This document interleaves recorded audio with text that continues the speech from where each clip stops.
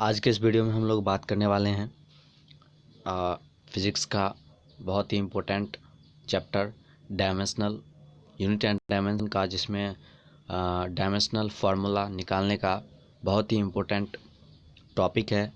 इस टॉपिक से हर साल नीट में क्वेश्चन पूछे जाते हैं। नीट 2020 में भी पूछा गया है यूनिट एंड डायमेंशन से एक क्वेश्चन।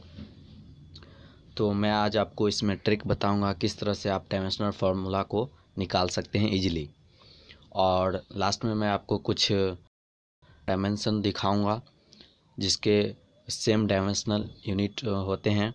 उसको आपको याद कर लेना है, या नहीं तो आप ट्रिक के हिसाब से उसको निकाल सकते हैं। तो डायमेंशनल फार्मूला को आपको ड्राइव करने के लिए आपको 7 क्वांटिटीज़ की ज़रूरत होगी। यहाँ पे देखिए डायमेंशनल फार्मूला लिखा हुआ है। फंडामेंटल क्वांटिटीज़ आप लोग पढ़े होंगे क्लास में, 11th क्लास में, तो ये 7 होते हैं। उसके यूनिट की बात करेंगे, उसके बाद उसके सिंबल की बात करेंगे, उसके बाद डायमेंशन की बात करेंगे।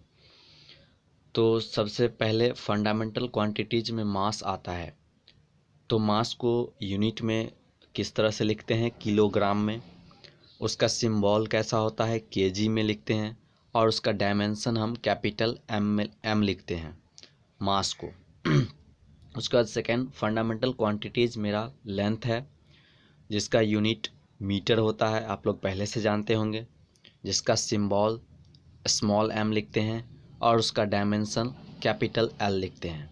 मैं आपको इसमें जितने भी 7 क्वांटिटीज़ बता रहा हूँ आपको इतने याद होने चाहिए, तब आप आसानी से डायमेंशनल फार्मूला को कैलकुलेट कर सकते हैं।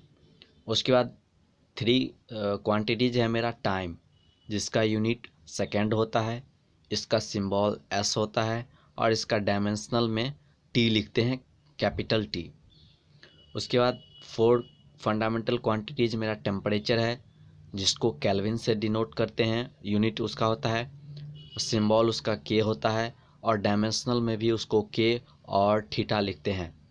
उसके बाद 5 नंबर है इलेक्ट्रिक करंट, जिसका यूनिट मेरा एम्पियर होता है, इसका सिंबल ए होता है और इसका डायमेंशनल भी हम ए लिखते हैं, कैपिटल ए।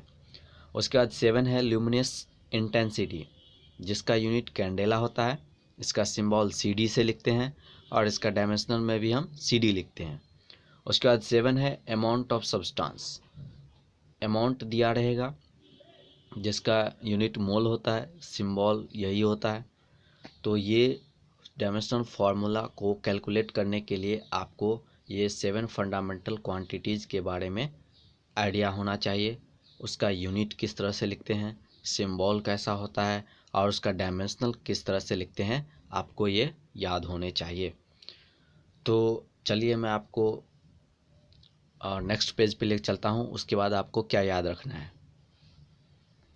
नेक्स्ट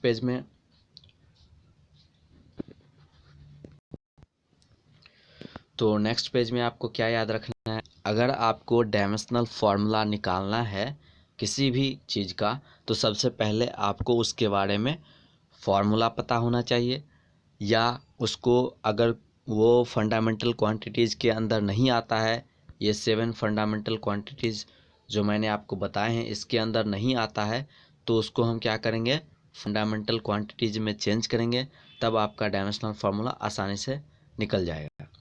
जैसे कोई फार्मूला है वेलोसिटी, वेलोसिटी को किस तरह से लिखते हैं? Displacement by time. एक्सेलरेशन को किस तरह से लिखते हैं? क्या फार्मूला होता है? Velocity by time. उसके बाद फोर्स का क्या होता है? Mass into acceleration. वर्क किस तरह से लिखते हैं? फोर्स इनटू डिस्प्लेसमेंट, डिस्प्लेसमेंट को एस से भी डिनोट किया जाता है। पावर क्या होता है? प्रेशर क्या होता है मेरा? Force by area. स्पीड क्या होता है? Distance by time.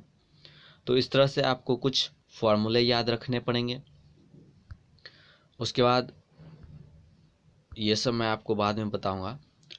जैसे मैं आपको सिखाता हूँ किस तरह से आप डायमेंशनल फार्मूला को कैलकुलेट करेंगे। मान लीजिए हमें वेलोसिटी का डायमेंशनल फार्मूला निकालना है, तो वेलोसिटी का फार्मूला पता होना चाहिए। पहले मैंने क्या बताया था? Displacement by time. डिस्प्लेसमेंट को एस से भी डिनोट करते हैं, या डी डिस्प्लेसमेंट को डी से भी लिख सकते हैं, ये क्या होता है, डिस्प्लेसमेंट बाय टाइम। अब इसका डायमेंशनल फार्मूला कैलकुलेट करने के लिए हमको क्या करना पड़ेगा, इसको 7 फंडामेंटल क्वांटिटीज जो हैं उसमें चेंज करने पड़ेंगे। तो डिस्प्लेसमेंट मेरा फंडामेंटल क्वांटिटीज के अंदर नहीं आता है, तो इसको हम क्या करेंगे, डिस्प्लेसमेंट यानी लेंथ होता है, या लेंथ बोले या डिस्प्लेसमेंट बोले। जैसे आपको कोई बोल देता है पॉइंट ये है और पॉइंट ये है, यहाँ से लेंथ इतना है, तो इसको हम क्या डिस्प्लेसमेंट नहीं बोल सकते हैं, लेंथ भी बोल सकते हैं और डिस्प्लेसमेंट भी बोल सकते हैं। तो डिस्प्लेसमेंट को हम यहाँ क्या लिखेंगे, लेंथ लिखेंगे, लेंथ अपॉन टाइम को क्या मैंने आपको बताया था स्लाइड में, टाइम को क्या लिखते हैं हम, डायमेंशनल में टी लिखते हैं, कैपिटल टी। तो हम यहाँ पे क्या करेंगे, यहाँ पे हम उसको कैपिटल टी पुट कर देंगे। अब क्या करना है, अब ये टी जो है इसको हम ऊपर ले जाते हैं, इसको अच्छे से सजा देते हैं। तो क्या लिखेंगे, एल टी -1। -1 क्यों लिखे, क्योंकि ये ऊपर गया है, नीचे में प्लस था तो ऊपर जाएगा तो ये माइनस हो गया। तो देखिए कितने आसानी से वेलोसिटी का डायमेंशनल हमने कैलकुलेट कर लिया है। मैं आपको एक एग्जांपल और बताता हूँ। जैसे हमें एक्सेलरेशन का डायमेंशनल निकालना है, तो एक्सेलरेशन का फॉर्मूला क्या होता है, वेलोसिटी बाय टाइम, यही होता है एक्सेलरेशन का, वेलोसिटी बाय टाइम। तो वेलोसिटी मेरा क्या है, ये फंडामेंटल क्वांटिटीज़ के अंदर नहीं आता है, तो हम क्या करेंगे, इसको फंडामेंटल क्वांटिटीज़ में चेंज करेंगे। तो वेलोसिटी का फॉर्मूला मैंने आपको पीछे ही बताया है, क्या होता है, डिस्प्लेसमेंट बाय टाइम। अगर आपको वेलोसिटी का डायमेंशनल याद है तो आप डायरेक्ट लिख सकते हैं यहाँ पे, अगर नहीं याद है तो आप क्या कर सकते हैं, वेलोसिटी का फॉर्मूला पुट करिए यहाँ पे। वेलोसिटी क्या होता है, डिस्टेंस बाय टाइम, और यहाँ पे क्या है, अपॉन टाइम। यहाँ तक क्लियर है। इसके बाद क्या करते हैं हम, एक्सेलरेशन इजकल टू, और डिस्टेंस को इसी तरह लिख देते हैं, और जब ये टाइम इसके ऊपर जाएगा तो क्या हो जाएगा, टी का स्क्वायर हो जाएगा, यही होगा। टाइम का क्या बताया था मैंने, डायमेंशनल कैपिटल टी। तो अब क्या करेंगे हम, एक्सेलरेशन इजकल टू क्या था, s by T to the power 2। अब इसको जब हम ऊपर ले जाएंगे तो मेरा